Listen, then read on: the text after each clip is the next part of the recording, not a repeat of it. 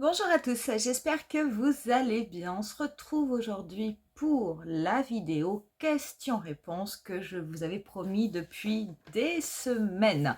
J'ai mis du temps à la filmer parce qu'il s'est passé vraiment plein de choses, mais rassurez-vous, j'ai gardé toutes vos questions de côté et aujourd'hui en fait je vais y répondre en même temps que je vais me maquiller. Donc j'ai réfléchi à ce que j'allais faire aujourd'hui. Je vais utiliser, vous savez, ma palette Pat McGrath, la Divine Rose numéro 2, que j'avais achetée il n'y a pas très longtemps. En fait, c'est une palette que l'on ne trouvait plus et puis que Pat McGrath a décidé de ressortir.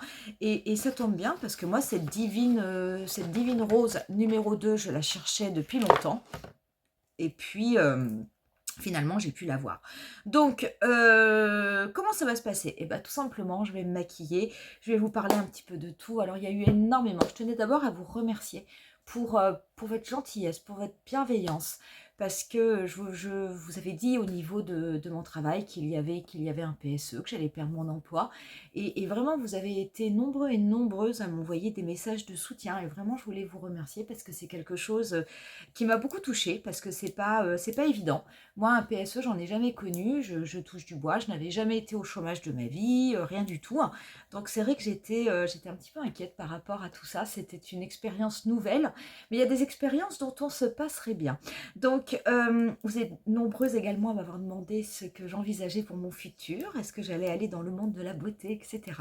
Et ben du coup, on va parler de tout ça pendant que je vais me maquiller. Donc vous allez voir, alors pareil, hein, pour les produits que je vais utiliser, vous allez voir quand même les prix qui vont apparaître. Certains, je vous donnerai les noms, d'autres, je ne vous les donnerai peut-être pas forcément. Quoi qu'il en soit, vous les retrouverez au niveau de la barre d'infos. On va commencer, donc je vais commencer par la base et je vais commencer par vous parler de ce PSE. Donc vous avez été nombreuses à me demander quel était mon métier. Alors c'est vrai que mon métier a un petit peu évolué depuis que j'ai commencé ma chaîne YouTube. Donc il faut savoir que moi, j'ai toujours été dans l'aérien. J'ai travaillé, j'ai fait toute ma carrière dans l'aérien, que ce soit en m'occupant des déplacements professionnels de sociétés ou de particuliers, ou en travaillant à l'aéroport, en travaillant en agence de voyage, en travaillant en compagnie aérienne, enfin un petit peu de tout. Et j'étais au bout, lorsque j'avais commencé ma chaîne, j'étais en train de changer pour devenir formatrice. Donc toujours dans l'endroit où je travaillais, mais au lieu de vendre des billets, de m'occuper des déplacements des gens, ben voilà, c'était plutôt former mes collègues. Et j'ai après évolué vers un côté, on va dire, un petit peu plus analytique, où je suis devenue, on va dire, un analyse de données, et que j'ai travaillé également sur une partie, on va dire, après-vente de la billetterie. Donc voilà, donc ce que l'on appelle un peu une fonction support. Euh, du coup, quand on a eu l'annonce du PSE, comme ça peut arriver un petit peu souvent, vous avez quand même beaucoup de fonctions support qui sont touchées. Je veux dire, moi, mes tâches vont être en fait délocalisées. Ça va être délocalisé en Asie. Forcément, plus de place pour moi. Et du coup, j'ai réfléchi à pas mal de choses. Parce que c'est vrai que quand vous avez un PSE comme ça, vous pouvez éventuellement, dans certains cas, rester dans l'entreprise, hein, si jamais vous avez un autre poste qui vous est proposé et qui vous intéresse. Mais vous pouvez aussi en profiter pour éventuellement, si le PSE a été relativement bien négocié, et profiter de mesures d'accompagnement pour éventuellement vous tourner vers autre chose. Alors, je vous dis très honnêtement, la première chose qui m'est venue à l'esprit, même si des fois je peste un petit peu contre eux, c'est d'aller travailler chez Sephora. Et je me suis dit, il faut que j'aille travailler sur le Sephora des Champs-Élysées, parce qu'il n'y a que le Sephora des Champs-Élysées qui m'intéresse, et absolument rien d'autre. Et c'était possible, c'était tout à fait possible d'aller sur le Sephora des Champs-Élysées, et j'avais regardé plusieurs choses. J'avais regardé déjà au niveau de conseiller vendeur. Alors moi, pour moi, il n'y a absolument aucun sous-métier. Du moment que vous faites, que vous gagnez honnêtement de votre vie, je dirais absolument aucun problème. Moi, ça me plaît. Ça me plaît ce côté contact avec les gens, leur parler, les conseiller, etc. Donc, quelquefois, on entend des personnes qui ont un petit peu des a priori sur des métiers en disant ah oui, c'est des vulgaires vendeurs. Bah non. Donc, il y avait ça. Il y avait aussi peut-être ce... Oups, j'en perds mon pinceau, c'est l'émotion.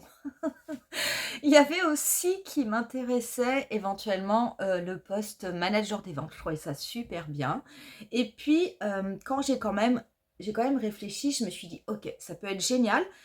Rentrer chez Sephora, ça peut être vraiment pas mal parce que vous intégrez en fait un groupe, vous intégrez le groupe LVMH, hein, et vous avez quand même la possibilité vraiment d'avoir des évolutions en interne réelles. Donc j'ai réfléchi, je me suis un petit peu renseignée sur les conditions de travail, je me suis un petit peu renseignée sur les salaires.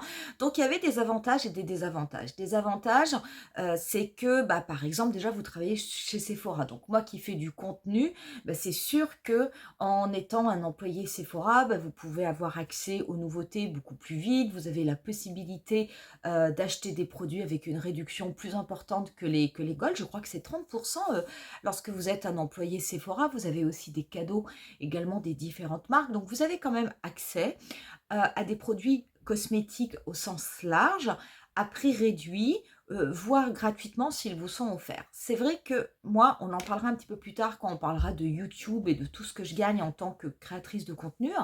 C'est vrai que je dépense énormément d'argent, beaucoup plus maintenant que j'ai ma chaîne, qu'avant au niveau de mes achats cosmétiques. Ce qui est normal. Je veux dire, avant, j'achetais pour moi, j'achetais déjà beaucoup. Maintenant, c'est vrai que il faut, acheter de façon à pouvoir aussi vous montrer un petit peu des nouveautés et cetera. Donc la consommation n'est pas la même et du coup, forcément, le budget n'est pas le même. Donc il y avait quand même un réel intérêt, en étant chez Sephora, de pouvoir accéder beaucoup plus facilement à ce type de produits et comme je vous disais, voire même à des tarifs préférentiels. Après, ce qui était un petit peu plus, peut-être compliqué, bah, c'est au niveau du salaire. Je veux dire, par rapport au salaire que je gagne actuellement, c'est vrai qu'il y avait quand même un gap, hein, il y avait quand même une baisse de salaire, mais qui, à la rigueur, pouvait peut-être se compenser, j'allais dire avec le fait, voilà, de dépenser peut-être moins d'argent dans tous les produits pour ma chaîne. Donc ça aurait peut-être pu se compenser. Donc, je réfléchissais à tout ça et puis en fait, lorsque les, mesures d'accompagnement ont été négociées au niveau de mon entreprise, beh, il y a eu quand même des mesures qui étaient assez sympas avec des budgets qui pouvaient vraiment permettre de se reconvertir ou d'aller sur une autre voie ou de se spécialiser dans autre chose et cetera et cetera. Et du coup, j'ai réfléchi et je me suis dit: «Mais mince, moi ce que je fais à mon poste, c'est de l'analyse». Donc j'analyse des données, je détecte où sont les problèmes, éventuellement je propose des solutions, voilà quoi, c'est de l'analyse. Et j'ai regardé au niveau de LinkedIn et en fait, je me suis aperçue que data analyst et ben, il y avait quand même pas mal de sociétés qui en recherchaient, dont des sociétés, de cosmétiques ou qui sont, dans ce qu'on appelle le retail, le e-commerce. J'avais même vu une offre de poste au niveau de Docteur Pierre Rico qui est à Issy-les-Moulineaux, qui cherchait un data analyst. Je me suis dit: «Mais ça, c'est vraiment un truc qui me plairait». Garder le côté de mon métier analyste de données qui me plaît énormément, chercher et cetera et l'allier à la cosmétique, on va dire avec des produits que j'aime et en fait, je me suis aperçue en regardant toutes ces offres, donc il y avait pas de problème, hein, moi je cochais plein de cases. Seul truc, je n'ai pas le diplôme et pour être analyste de données et ben, vous vous apercevez que si vous n'avez pas le diplôme, vous n'êtes pas embauché. Alors moi, j'ai pu le faire dans mon entreprise parce qu'en fait, c'est une mutation en interne et c'était un poste où je gérais de la prévente et en fait, c'est moi qui ai rajouté un petit peu d'analyse parce que j'ai détecté des problèmes. C'était très pertinent pour mon entreprise, donc ils m'ont laissé faire. Donc, j'ai fait de l'analyse sans en avoir forcément, le titre. Mais en tout cas, je veux dire, ça fonctionne, ça n'a posé aucun problème parce que c'était en interne. Et par contre, pour vous faire embaucher ailleurs, si vous n'avez pas le diplôme, et ben, croyez-moi, on ne vous embauche pas. Donc, je me suis penchée sur les formations de reconversion et du coup, eh ben, j'ai trouvé une formation de reconversion en data analyst. Donc sur Paris, c'est une formation longue. Je vais retourner à l'école parce que ça se passe sur un campus. Je l'ai prise en présentiel et c'est sur 5 mois. Et le but déjà, c'est de réussir, hein, Et le but, c'est justement après de se faire embaucher, si possible, en data analyst, au niveau voilà, d'un retailer ou de e-commerce, et pourquoi pas, qui sait, Sephora, puisqu'il y a aussi des data analystes. Donc du coup, j'ai quand même fait, je pense, le choix au niveau de ma reconversion. Donc ce qui est bien, c'est que la formation du coup est prise en charge. En fait, c'est mon employeur qui va la payer, hein, puisque ce sont des mesures qui ont été négociées avec le PSE. Et du coup, j'avais ma formation en présentiel. Vous avez 2 dates dans l'année. Vous en avez une qui commence en mars et l'autre en septembre. Sauf que moi, c'est moi qui ai négocié le PSE dans mon entreprise puisque j'étais déléguée syndicale. Donc du coup, je fais partie du personnel protégé qui va partir en dernier. Et en mars, début mars, lorsque commence la formation de reconversion, je ne serai pas encore licenciée officiellement. Donc du coup, je vais faire la rentrée de septembre. Alors, c'est pas grave en soi, parce que du coup, je me dis que ce temps où je serai licenciée et avant de recommencer mon école, je vais en profiter pour développer ma chaîne. Au mois d'août, je ne sais pas si vous vous en êtes aperçu, j'ai commencé à publier ce que l'on appelle des short vidéos, des petites vidéos d'1 minute, des fois sur des thèmes uniquement pour mes short vidéos, et puis quelquefois ce sont des condensés, on va dire, de mes vidéos longues. Et c'est quelque chose qui a l'air de drôlement plaire, et c'est vrai que ça me permet de développer ma chaîne, de la faire, on va dire, connaître par d'autres personnes, de toucher d'autres personnes. Donc, mais il faut du temps. Il faut du temps pour pouvoir le faire, parce que j'aime bien quand même de temps en temps créer du contenu qui soit spécifique à ces petites vidéos et qui ne soit pas que des condensés, des tutoriels longs.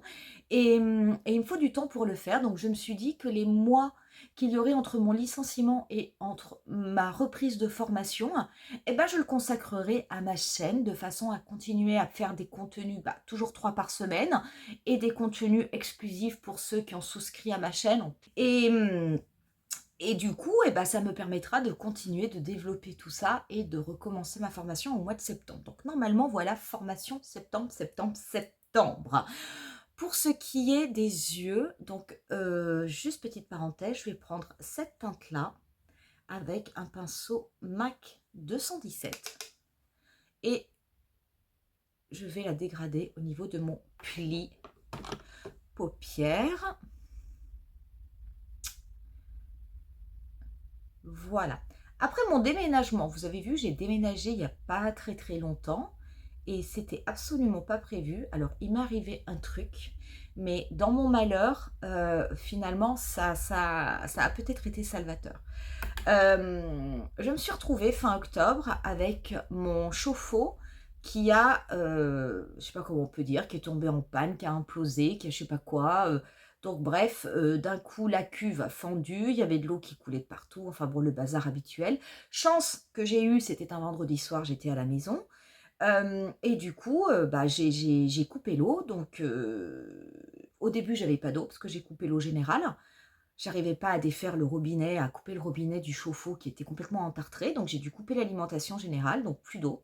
Et je me suis dit, bon, je vais contacter mon propriétaire pour lui dire, oulala, c'est la cata, quoi. Et puis pendant tout le week-end, pas de nouvelles de mon propriétaire. Je me dis, c'est bizarre parce que d'habitude, il est super réactif. Et en début de semaine, je suis allée à l'agence qui était juste en bas de chez moi pour leur dire, je comprends pas, j'arrive pas à joindre mon propriétaire. Figurez-vous qu'ils m'apprennent que mon propriétaire, malheureusement, est décédé très récemment. Et donc là, je me suis dit, bon, galère. Donc, bon, ils m'ont dit, il n'y a pas de souci, on va s'occuper, nous, de dépêcher un plombier. Et ils me disent, l'appartement va être vendu par les héritiers. Ah, et vendu possiblement à vide. Ah, et moi, mon bail s'arrêtait en décembre 2025. Donc, dans ces cas-là, il faut signifier au locataire 6 mois avant qu'il doit partir. Donc, ça fait juillet 2025. Et moi, juillet 2025, je serai licenciée puisque je serai en attente de faire ma reconversion. Et là, je me suis dit, à Paris, Vincennes, déjà vous avez du mal à vous loger, mais s'il faut trouver un appartement sans avoir de fiche de paye parce que vous n'avez plus d'emploi et que vous êtes en train de vous reconvertir et de faire une formation, vous pouvez être sûr que vous trouvez personne qui vous loue de logement. Donc je me suis dit, Stéphanie, 2024, c'est annus horribilis déjà, parce que franchement, perdre son boulot, perdre son logement, ça commence à faire beaucoup. Et je me suis dit: «Là, il va falloir se bouger les fesses, sérieux, sérieux, pour déménager vite». Parce que, si j'attends, c'est se retrouver à la rue. Moi, j'ai pas de famille à Paris, hein, et après dans ces cas-là, c'est ne pas pouvoir faire sa reconversion. Donc il y a tout, il y a même mon avenir, qui était impacté. Je vous dis pas la période d'angoisse, que j'ai passée, mais vraiment, à en perdre le sommeil. Quand vous avez des soucis, que ça vous prend la tête, vous en mais vraiment, ça m'est rarement arrivé d'avoir des soucis comme ça, à cogiter, cogiter, cogiter, à me dire: «Qu'est-ce que je vais faire? Qu'est-ce que je vais devenir?» Mais là, je peux vous assurer qu'à des moments, je me suis dit: «Mais mon Dieu, hem, quand est-ce que ça va s'arrêter, quoi?» Donc j'aime toujours dire, apparemment, Chirac disait que les emmerdes, c'est comme les oies sauvages, c'est toujours groupé. Mais c'est vraiment ça, hein. Mais du coup, j'ai dû chercher rapido, rapido un appartement et j'ai eu mais une chance dingue, mais franchement, je me suis bougé les fesses, hein. Je peux vous dire, j'ai pris, le lendemain que j'ai su ça, je suis allée voir toutes les agences de Vincennes, j'ai récupéré toutes mes pièces, je savais ce qu'il fallait, donc les 3 derniers bulletins de salaire, les déclarations d'impôts, les ci, les ça, les machins, pour avoir tout avec moi, faire des dossiers de suite. Et puis j'ai un dossier qui s'est fait sur, cet appartement où j'habite actuellement et qui est vraiment mais super joli, hyper central, allez à 80 mètres, 100 mètres de là où j'habitais. Premier étage, côté cour. Alors je suis plein centre-ville, mais je donne côté cour, donc hyper calme, lumineux. Franchement, je suis super contente, un petit peu plus cher que ce que j'avais avant, mais franchement très très très très très joli. Il y a absolument rien à dire. Et du coup, eh ben, j'ai fait un dossier et j'ai aménagé très très récemment. Je garde un pinceau MAC 217 et je vais prélever maintenant cette couleur. Vous allez voir, je pense qu'on va faire un truc un peu, je sais pas, un peu à l'eau peut-être. Donc voilà, donc j'ai déménagé. Donc ça, c'est une bonne chose parce que j'ai un toit sur ma tête et je pourrais faire tranquillement ma reconversion. Ludwig a un toit sur sa tête parce que lui, il voulait pas du tout retourner dans la rue. Donc du coup, ça s'est réglé. Mais vraiment, quand je vous dis 2024 annus horribilis, après je me dis peut-être que 2025 annus mirabilis. En tout cas, je le souhaite parce que ça a été vraiment, ça a été pénible. Pour mon petit Lulu, qui lui n'a pas beaucoup aimé le déménagement, bien que maintenant il est bien content. Je le regarde parce que je le vois, il est couché dans son panier, il fait la sieste. Enfin bon, comme d'habitude, hein, ça dort toute la journée, ça paye pas le loyer. Mais il n'a pas trop aimé le déménagement, mais finalement, il aime bien où il est. Et vous m'avez demandé quel âge il avait. Alors, Ludwig, c'est le chat de l'arnaque. Je vous dis ça parce que quand je l'ai récupéré, mon Lulu, il était censé avoir 2 ans. Alors, c'était un chat, en fait, qui était dans la rue. Et une association l'avait récupéré parce que il mangeait avec d'autres chats sur un parking de Carrefour. Et les gens de Carrefour qui nourrissaient ces chats avaient appelé l'association parce qu'il y avait un chat qui leur semblait être blessé de façon importante, c'était Ludwig. Donc ils sont venus, ils l'ont trappé et en effet, il avait la queue qui était blessée et ça s'était gangréné. Donc en fait, le vétérinaire n'a pas pu savoir si c'était lié à une bagarre, un coup de griffe ou autre qui s'était infecté ou si c'était autre chose, peut-être un accident de la route ou quoi que ce soit, parce que c'était tellement gangréné, tellement abîmé, c'était trop tard. Mais du coup, ils ont dû l'amputer. Donc, avec son amputation, ils en ont profité pour le castrer. Ils l'ont tatoué et ils l'ont mis du coup dans une cage parce qu'en fait il fallait que ça cicatrise avant qu'il soit mis avec d'autres chats. Donc c'est vrai que c'est un chat, ça a dû quand même drôlement le perturber, hein. Et c'était un animal qui n'était pas du tout sociabilisé, mais qui était absolument pas agressif, hein. Mais c'était un chat apparemment qui, il lui avait mis une couverture pour qu'il dort dessus, il regardait ça, il savait pas trop ce que c'était. Il lui avait mis des petites balles pour qu'il joue, il savait pas trop ce que c'était. Donc il supposait que c'était vraiment un chat qui était né dans la rue et qui n'avait jamais été sociabilisé. Et puis au bout d'un moment, ces associations qui sont des associations privées et qui font vraiment de leur mieux, mais bon après elles ont besoin de place parce qu'elles recueillent les animaux blessés, hein. comme il n'arrivait pas à faire adopter Ludwig, parce que bah, déjà c'est un chat adulte, et puis en plus il avait pas de queue, donc on va dire il était abîmé, il y a des gens ça les intéresse pas. Bon, je ne juge pas, hein. Moi je m'en fous parce que j'adore les chats, mais je ne juge pas ceux qui ne veulent pas. D'ailleurs il faut pas juger, chacun fait comme il veut, du moment qu'on leur fait pas de mal. Et du coup, j'ai une amie qui connaissait les personnes de l'association, et moi comme j'avais perdu mon chat 6 mois avant. Elle me disait: «Est-ce que tu voudrais pas le récupérer?» Je lui dis: «Écoute», je lui dis: «Moi, j'en ai marre. On prend des chats, ils meurent au bout de 15-20 ans et on pleure comme des madeleines». Je lui dis: «Moi, j'en peux plus de ce côté masochiste à s'imposer de telles souffrances. Non, j'en veux pas». Et heu et puis, elle me dit: «Mais écoute, s'ils trouvent personne pour le prendre, ils vont aller le relâcher sur le parking de Carrefour, là où ils l'ont retrouvé. En fait, ils les remettent à la rue parce qu'ils n'ont pas le choix».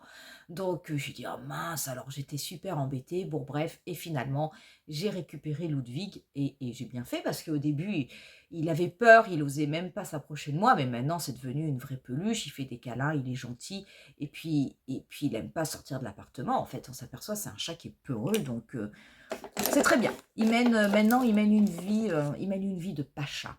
C'est ça que j'aime lui dire, une vie de luxe.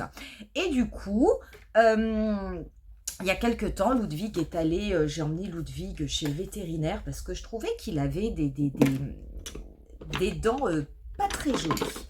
Et en fait, il a dû avoir, alors les crocs en haut qui ont été enlevés parce qu'il y en avait qui étaient déchaussés, et on voyait, apparemment, il y avait, qu'est-ce qu'elle m'a dit, je sais pas quoi, les ligaments dessous qui se calcifiaient, ou je sais pas trop quoi. Je vais garder la même couleur et je vais l'utiliser mouillé pour mon ras de cils inférieur.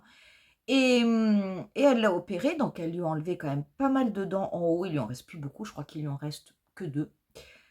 Et par contre, elle m'a dit: «Il faut savoir qu'un chat qui a des dents comme ça», donc au fond, pareil, il avait les ligaments, qui je sais pas quoi, elle dit: «Ça, c'est sur des chats qui ont, 10 ans». Elle dit: «Ça ne se voit pas sur des chats qui ont moins de 10 ans, même s'ils sont dans la rue». Alors moi, j'avais fait le calcul, je lui dis: «Mais attendez», je lui dis: «À l'époque», je lui dis: «Ludwig, il est censé avoir 5 ans».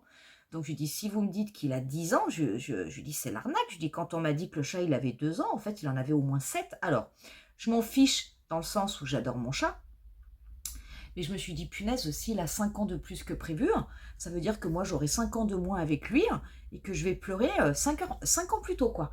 Donc voilà, moi, c'est plutôt ça que j'ai vu. Donc en fait, mon Lulu, il serait censé aujourd'hui avoir 7 ans. Ouais, 7-8 ans, et il y a de fortes chances qu'il ait 12-13 ans. Donc il est plus vieux qu'il en a l'air, et c'est pas grave, ça m'empêche pas de l'aimer. Comme je vous dis, la seule chose qui m'ennuie, c'est que du coup, je serais peut-être un petit peu moins avec lui. C'est vraiment ça que je trouve, dommage. Mais sinon, pas de problème. On va passer maintenant à la teinte la plus intense. Hop. Et pareil, je vais la mettre comme un halo. On m'a demandé aussi, à côté de la cosmétique, etc., quels étaient mes hobbies. Euh, Mes hobbies, j'allais dire, à Paris. En fait, c'est vrai que mes hobbies sont en fait un hobby. C'est le Louvre. Le Louvre, alors ça peut peut-être paraître cliché, mais le Louvre, pour moi, dans Paris, c'est vraiment l'endroit où j'adore aller. Parce que, quelle que soit mon humeur, je vais pas forcément au même endroit, mais j'ai toujours quelque chose que je vais aller voir qui va me faire plaisir. Et des fois, je vous dirais, je vais au Louvre tout simplement pour y m'asseoir et boire un café. Et j'aime beaucoup cet endroit, j'aime beaucoup l'ambiance, c'est très beau. C'est un endroit où vous pouvez poser vos yeux par terre, au plafond, sur les murs. Il y a toujours quelque chose à voir, que ce soit au niveau des expositions, des objets exposés, que ce soit au niveau de l'architecture, hein, puisque bon, bah, c'est quand même un ancien château. Enfin, c'est une ancienne résidence de roi. Mais très honnêtement, je pense que c'est là où vous avez le plus de chances de me trouver, si ça n'est pas chez moi en train de faire mes vidéos maquillage. Donc c'est vraiment un endroit où je vais beaucoup. Et ça, j'adore. Après, j'ai pas particulièrement de hobby, de passion, à part des trucs, mais qui peuvent souvent rebuter les gens. Par exemple, le ménage et les sanitaires. J'adore nettoyer, astiquer, ranger. J'adore ça. Je suis une fan à la télé de toutes ces émissions, cleaners, machin et tout, où on voit des gens nettoyer, après c'est propre, ça brille. C'est quelque chose dont je suis une fan absolue. J'adore les produits ménagers. Heu, J'en ai pas beaucoup parce que ça sert à rien d'en avoir 10 000 en fait, il faut juste avoir certains produits. Alors après j'ai des produits classiques et c'est moi qui fais mes propres mixtures, mais j'adore ça. Honnêtement, j'adore ça. Avoir une maison propre, avoir une maison rangée, que ça sente le propre, c'est vraiment un truc que j'aime et c'est marrant parce que c'est quelque chose qui a tendance à s'accentuer avec l'âge, parce que je peux vous assurer que quand j'étais petite, je sais pas si ma maman regardera la vidéo d'ailleurs, j'espère pas, mais je me suis retrouvée plus d'une fois quand j'étais enfant avec mes peluches dans le jardin, parce que je ne voulais pas ranger ma chambre et que ma mère ouvrait en grand les vitres et pouf, elle jetait tout dans le jardin. Elle me disait: «Maintenant, tu vas les chercher, tu vas les ranger». Donc donc ça, c'était quand j'étais petite et maintenant, je m'aperçois qu'en vieillissant, c'est marrant, on a des habitudes, des goûts qui changent et franchement, ranger ma maison, c'est un vrai plaisir. Des fois, je me fais des après-midi complètes où je me dis: «Ah, je range la maison». Et j'adore ça. J'arrange, je nettoie, je machin, ça m'éclate. Voilà. Mais sinon, c'est à peu près tout. Vous m'avez demandé aussi où est-ce que je me promène dans Paris. Alors c'est vrai que moi, en général, j'ai quand même tendance à rester toujours dans les mêmes quartiers. Alors il y a forcément des quartiers où je vais, de temps en temps, de façon, exceptionnelle, comme le 13e, le 15e, je peux y aller de façon exceptionnelle, mais j'y vais pas beaucoup. Mais en général, les coins que j'aime ne sont pas forcément des coins qui sont aimés par les Parisiens. D'abord quand les Parisiens disent: «Oh mais les Parisiens, j'ai envie de vous dire, ça n'existe quasiment plus les Parisiens. Je veux dire, il y a plus beaucoup de Parisiens pure souche à Paris. Où est-ce que j'aime me promener? Moi, j'adore me promener tout le long, au niveau de je prends l'axe, on va dire, Bastille, Concorde, Champs-Élysées, Arc de Triomphe, voilà. Moi, j'adore toute la partie rue de Rivoli et tout, j'adore cet endroit-là, j'adore y flâner. Alors quelquefois, je suis, plus, sur les quais, très rarement, mais c'est vraiment rue de Rivoli. Donc j'aime beaucoup la rue de Rivoli, même s'il y a, plein de travaux, plein de machins, plein de trucs, vous passez aussi tout le temps devant de beaux bâtiments et je trouve ça vraiment super. J'aime les Champs-Élysées. Beaucoup de gens n'aiment pas ça, beaucoup de gens qui vivent à Paris n'aiment pas ça en disant que c'est trop touristique, c'est trop ci, c'est trop ça, c'est mal famé. C'est vrai que depuis quelques années, la fréquentation des Champs-Élysées a changé et c'est vrai que avant ça faisait très touristique, vous n'entendiez quasiment pas parler français. Aujourd'hui, c'est même pas le problème que ce soit très touristique, mais c'est vrai que c'est des endroits, euh, je sais pas, vous vous y promenez, vous avez l'impression que c'est pas très safe. Ça, c'est vrai. Mais sur les Champs-Élysées, il y a le Sephora des Champs-Élysées, et rien que pour ça, eh ben, je continue à y aller. Moi, j'aime bien les Champs-Élysées. Et après, j'aime bien pour me promener, j'aime beaucoup les Tuileries. Euh, et quartier, Marais, place des Vosges. Mais en général, je suis toujours dans ces quartiers-là. Je vais rarement dans d'autres arrondissements. Mais voilà, parce que j'ai l'habitude, parce que j'ai toujours travaillé plus ou moins dans ces quartiers, dans ces arrondissements. Donc ce sont des endroits où j'ai quand même, heu, où j'ai tendance à aller en fait, hein, tout simplement, hein. Allez hop, on va prendre maintenant la teinte jaune. Après, vous m'avez posé beaucoup de questions au niveau de ma chaîne YouTube. Déjà, vous m'avez demandé si j'arrivais à vivre avec ma chaîne YouTube. Alors moi, ça me dérange absolument pas de parler de tout ça. Donc comme ça, je vais être transparente. Puis qui sait, peut-être si jamais vous êtes certaine à avoir des chaînes YouTube ou à vouloir vous lancer, peut-être que ça vous donnera des infos. Donc moi, vous savez, ma chaîne, elle est maintenant monétisée. Donc pour être monétisée, en fait, YouTube vous demande d'avoir au moins 1000 abonnés et d'avoir un certain nombre d'heures de visionnage de vos vidéos. Donc, petite parenthèse, pour appliquer cette teinte or, donc je l'applique au niveau du centre de la paupière mobile et après, pour l'incorporer au maquillage, je me sers du pinceau et vous voyez, je tapote au niveau des rebords de façon à intégrer, à incorporer, à fondre cette couleur sans démarcation brutale. Et que, voilà, que ça, vous voyez, juste comme ça. Donc, maintenant que ma chaîne est monétisée, alors c'est vrai que j'avais, on va dire, des sommes qui stagnaient. Et c'est vrai que le fait au mois d'août d'avoir vraiment pris le temps de travailler sur ma chaîne, de présenter d'autres choses, des vidéos short, du coup de toucher plus de comptes, de me faire plus connaître, ça m'a permis d'avoir un petit peu plus de vidéos visionnées. Donc forcément, bah, comme au niveau de YouTube, vous êtes rémunéré sur les visionnages de vos vidéos et vous êtes rémunéré également par rapport aux publicités que les annonceurs mettent dans vos vidéos. Vous savez, ces petites pubs qu'on trouve tous, moi y compris, hein, chiantes, mais en fait, c'est ce qui nous permet de gagner un petit peu d'argent. Donc moi, au niveau de YouTube, alors je vais vous donner les vrais montants, parce que ça ne me pose aucun problème. Au niveau de YouTube, je gagne entre 350 et 420 € par mois.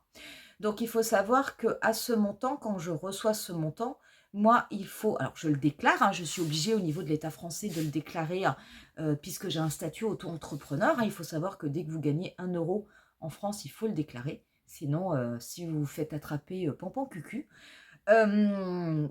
Et du coup, moi, je l'ai déclaré. Et là-dessus, donc sur ces sommes que je reçois de YouTube, eh ben, je paye 23% d'URSSAF, qui sont des charges en fait, des cotisations. Donc ça, c'est normal.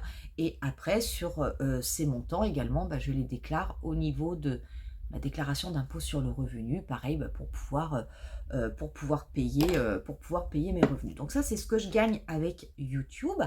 Par-dessus ça, vous savez, quand je vous mets souvent, quand je vous dis que les produits, les liens seront en barre d'infos, vous avez quelquefois des marques ou des annonceurs ou des plateformes qui vont vous proposer ce que l'on appelle des partenariats, des affiliations. Une affiliation, qu'est-ce que c'est? Vous allez vous servir d'un produit. Comme là, je me suis servi d'une palette. Et par exemple, quand dans la barre d'infos, vous avez la palette que j'ai utilisée avec un lien sur lequel vous pouvez cliquer pour accéder directement à la palette. Alors, ça peut être au niveau de la marque Pat McGrath ou ça peut être Sephora. Là, ce sera un lien Sephora parce que j'ai une affiliation avec Sephora. Je n'en ai pas avec Pat McGrath, mais ça ne me gêne pas de vous mettre le lien aussi. Hein. Quand vous cliquez sur ces liens, vous allez avoir le produit qui apparaît. Vous allez payer le prix normal. Si vous avez des réductions, vous pouvez appliquer vos réductions, que ce soit des bons 10 ou si c'est la journée Gold ou si vous voulez payer avec une carte cadeau ou je ne sais pas quoi, il n'y a absolument aucun problème. Par contre, il faut savoir que Sephora, via cette plateforme, va me reverser une commission sur le montant hors taxe de vos achats. Je ne sais plus combien c'est. 4, 5, 6%, 6% je crois, 6% sur le montant hors taxe. Donc si vous prenez par exemple un maracuja Juicy Lip qui est à 25 €, donc 25 € c'est du TTC, donc on doit être sur du 22-21 € en hors taxe. Si jamais vous, en hors taxe, pardon, si jamais vous achetez ce produit, et ben voilà, je vais toucher 6% de 19 ou 20 € du montant hors taxe. Voilà, ça se passe comme ça. Et ces revenus-là, via des plateformes, bah, je dirais, ça me rapporte à peu près 150 € par mois. Donc 150 € plus, on va dire en moyenne, une moyenne 350 € de YouTube par mois, donc ça fait 500 €. Sur ces 500 €, vous enlevez 23% d'URSSAF, et donc vous voyez ce qui reste. Et moi, cet argent, eh ben, je m'en sers tout simplement pour investir dans ma chaîne, pour vous montrer du contenu, pour avoir des nouveaux produits un petit peu plus régulièrement. Donc non, je ne me fais pas de pactole, non, donc non, je n'ai pas de pactole, non, je ne mets pas forcément, je mets pas du tout en fait d'argent de côté. C'est vraiment de l'argent que j'investis dans ma chaîne de façon à pouvoir continuer à créer du contenu. Ça me convient très bien puisque j'ai un métier à côté, mais c'est sûr que si je devais vivre que de ma chaîne YouTube, bah là, ça serait super compliqué parce que du coup, bah, c'est une rémunération qui de toute façon ne suffit pas pour vivre. Peut-être qu'un jour, j'y arriverai à me dégager comme un vrai petit salaire au niveau de YouTube. Je vous avoue que j'aimerais bien parce que c'est quelque chose que j'aime beaucoup faire. Mais bon, voilà, je sais pas, je ne sais pas si ça sera possible, je ne sais pas. Mais en tout cas, voilà ce que je gagne moi. Je vais prendre cette petite teinte pour la mettre au niveau du coin interne.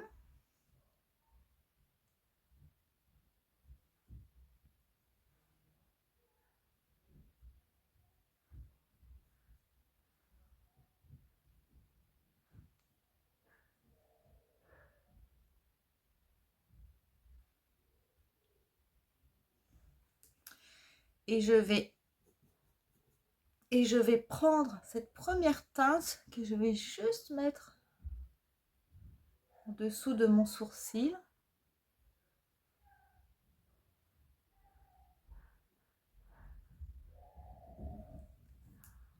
Voilà, juste pour illuminer. Je vais déposer le mascara. Je vais essayer, ça c'est un mascara Pat McGrath que j'avais reçu en cadeau. Mais je crois quand j'avais acheté les palettes, justement, je crois que je vous les avais présentées lors de ma vidéo haul.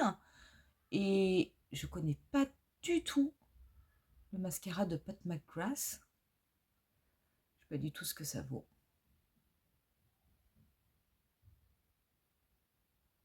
Voilà pour le mascara, c'est pas mal, hein. C'est pas mal, c'est pas mal, c'est pas mal. On va continuer avec le bronzer. Et d'ailleurs, il y a quelqu'un qui m'a demandé, qui m'a dit, mais enfin, pourquoi on ne te voit jamais swatcher les palettes avec tes doigts? Alors c'est vrai que vous me voyez rarement vous faire tous les swatchs au niveau de mon bras, mais en fait, il y a plusieurs raisons à ça.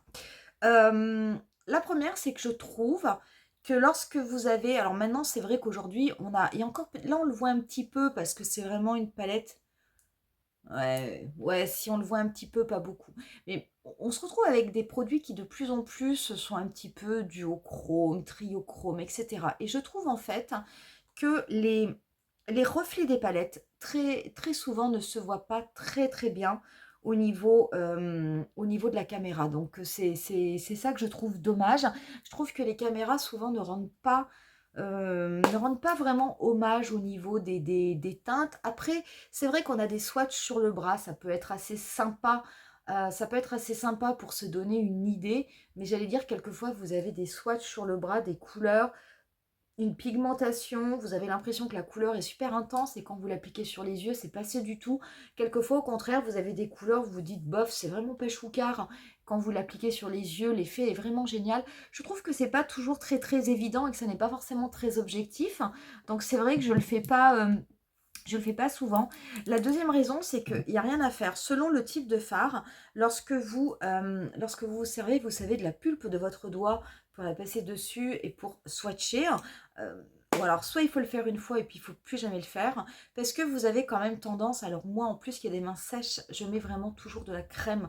Et je mets régulièrement dans la journée de la crème pour les mains.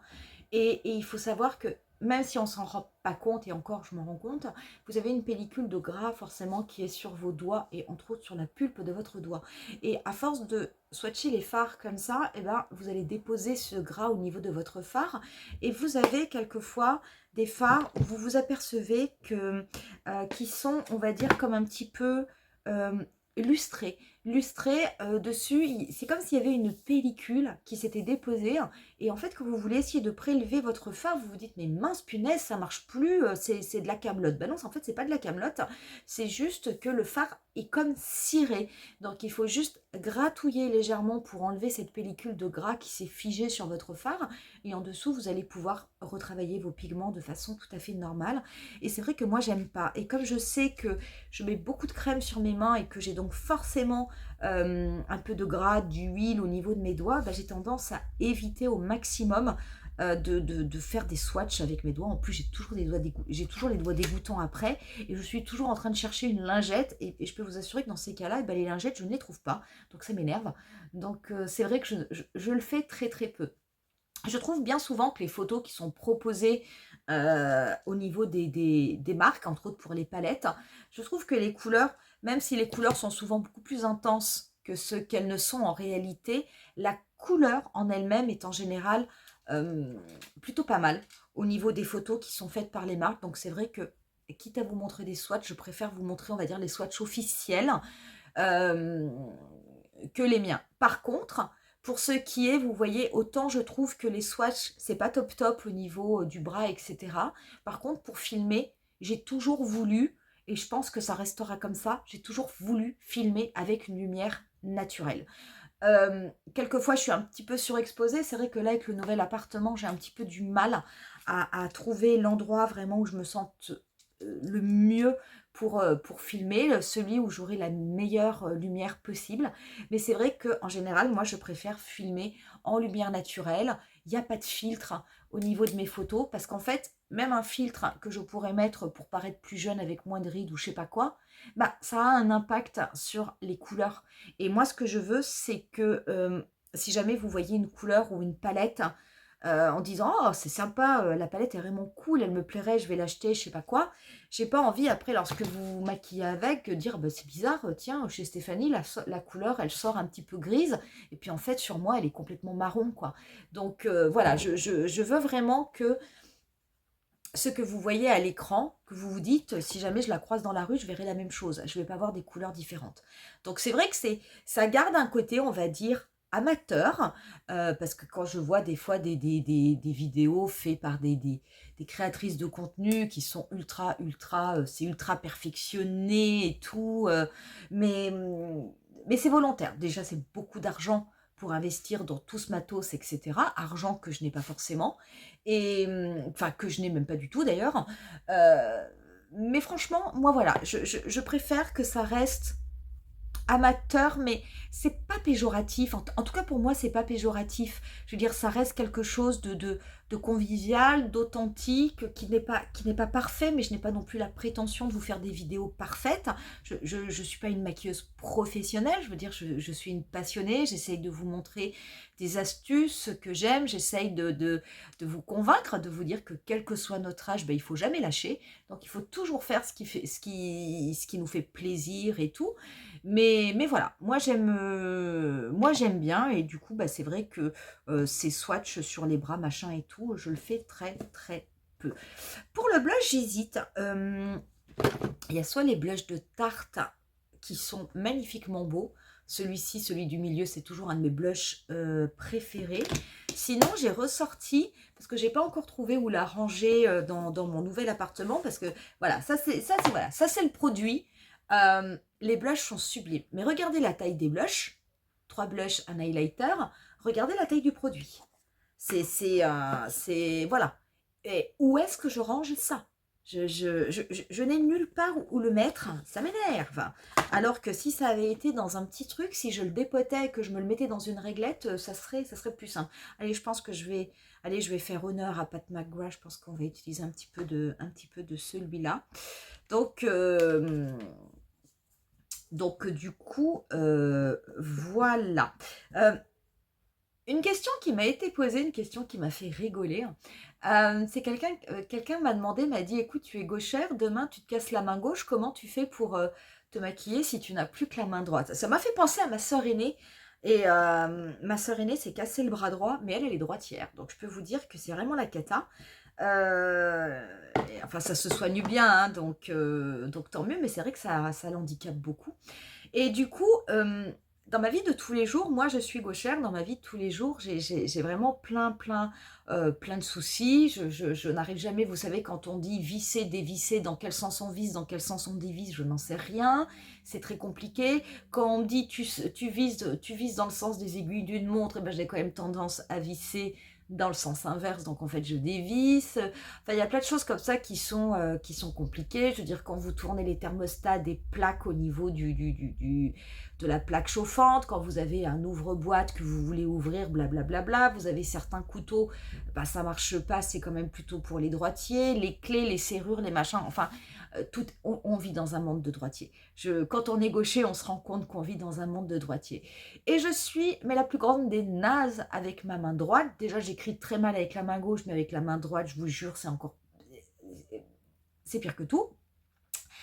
Et par contre, je me suis aperçue avec le temps que pour me maquiller, j'arrivais à me servir des deux mains. Alors, je n'arrive pas à tout faire des deux mains. Les yeux, un petit peu compliqué. Les yeux, en fait, je suis beaucoup plus c'est beaucoup plus facile pour moi d'utiliser ma main gauche pour mon œil gauche. Et par contre, pour mon œil droit, j'arrive à utiliser les deux mains. Mais par contre, pour mon teint, pour mon blush, mon bronzer, j'ai tendance à utiliser la main gauche pour faire le côté gauche, mais j'utilise ma main droite pour faire le côté droit. Donc et c'est la seule chose dans ma vie, le maquillage, où j'arrive à être ambidextre. Donc ça, c'est vraiment quelque chose d'assez étonnant. Donc je pense que si jamais je devais me casser la main gauche et que si je n'avais plus que ma main droite, je pense que j'arriverai encore à me maquiller, mais en faisant voilà, des maquillages ultra simples, où on ne maquille que le visage, on ne fait que le teint. À mon avis, ça n'irait pas beaucoup plus loin. Et dans ces cas-là, je pense que vous auriez beaucoup de vidéos haul, anti-haul, ou je sais pas quoi, mais je suis pas sûre que vous auriez beaucoup de tutoriels maquillage, parce qu'à mon avis, j'aurais quand même un petit peu de mal à le faire. Je vais appliquer l'highlighter. L'highlighter, allez, je vais quand même utiliser également celui de Pat McGrath. Alors, les produits teints, c'est dommage, hein. Moi, j'ai jamais aimé ce packaging, hein. Je sais qu'il y a des personnes qui l'ont beaucoup aimé sur cette collection. C'est la deuxième collection en collaboration, enfin sur le thème Bridgerton. Certains aiment bien ce côté un petit peu boudoir, machin, je sais pas quoi. Moi j'aime pas du tout. D'abord, c'est que du carton. Moi, j'aime pas. Mais bon, c'est comme ça, c'est comme ça. Par contre, voilà, pour le ranger, c'est la cata. Et on va passer aux lèvres. Et les lèvres, je vais utiliser un Maracuja Juicy Lip Vinyl. Et celui-ci est en teinte Sheer Iris. Je ne vais pas prendre de stylo de Pat McGrath. Et là, du coup, eh ben, écoutez, on est en décembre. J'espère que vous commencez à préparer Noël.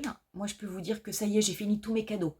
J'ai fini tous mes cadeaux, j'ai tout envoyé chez ma sœur. C'est une vraie galère pour qu'elle puisse les récupérer, mais bon, c'est pas grave, on va s'arranger. Il y a certains cadeaux que j'ai avec moi que je vais descendre. Donc, du coup, je vais à Toulouse. Je vais à Toulouse chez ma sœur aînée.